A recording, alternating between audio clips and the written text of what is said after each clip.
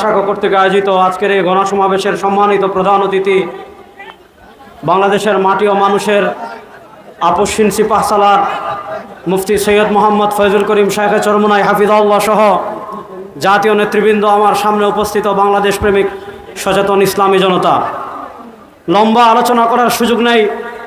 আমি সংক্ষেপে দু চারটা কথা বলে আমার বক্তব্য শেষ করব। এক নম্বর, আমি যে বিষয় নিয়ে আলোচনা করব, আপনারা জানেন এই বাংলাদেশ মুসলমানের আবাসভূমি। এই বাংলাদেশের সংখ্যাগরিষ্ঠ মানুষ হলো মুসলমান। এই বাংলাদেশে 1971-এর স্বাধীনতার চেতনার কথা বলেন, 1971-এর আগে 1970-এর নির্বাচনের কথা বলেন, 1969-এর গণ অভ্যুত্থানের কথা বলেন, ঐতিহাসিক মুজিবনগর সরকারের ঐতিহাসিক 6 দফার কথা বলেন। কোনো দফায় ধর্মনিরপেক্ষতা ছিল না। শেখ মুজিব যখন 1972 সালে প্রথম ক্ষমতায় এসেছিলেন, 72-এর সংবিধানে প্রথম, আপনারা জানেন 72-এর সংবিধানে প্রথম ধর্মনিরপেক্ষতা এসেছিল। তারপর যখন সংবিধানের 5ম সংশোধনী হয়েছিল, আবার আল্লাহর উপর পূর্ণ আস্থা বিশ্বাস এবং আল্লাহর উপর পূর্ণ আস্থা এবং বিশ্বাস আবার সংবিধানে যুক্ত হয়েছিল।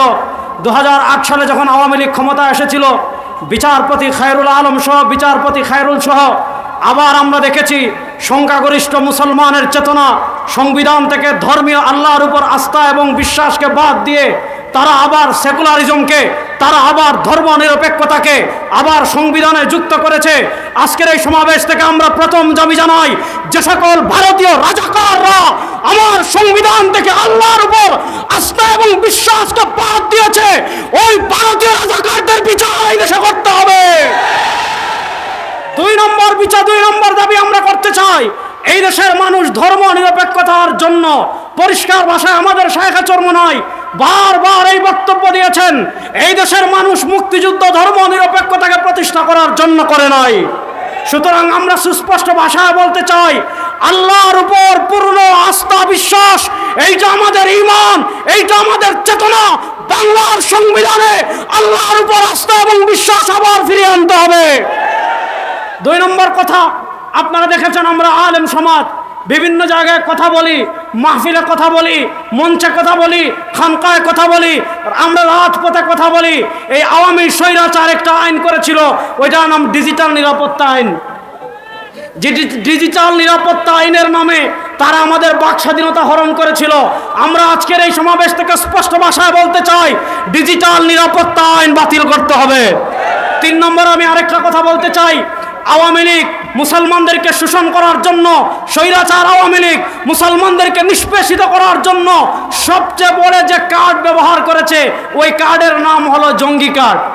আপনারা বিভিন্ন জায়গায় দেখেছেন আলেমদেরকে গ্রেফতার করেছে, এদের কাছে ফাজাইলে আমল বই পাওয়া গিয়েছে, ফাজাইলে আমলকে জঙ্গি বই বলেছে, বিভিন্ন ইসলামিক বইকে জঙ্গি জিহাদি বই বলে তারা বিভিন্ন আলেমদেরকে, বিভিন্ন কলেজের ইসলামিক ছাত্রদেরকে যারা ইসলামী চেতনা লালন করে, এ সকল ছাত্রদেরকে তারা গ্রেফতার করে দিনের পর দিন কারাগারে বন্দী করে রেখেছে।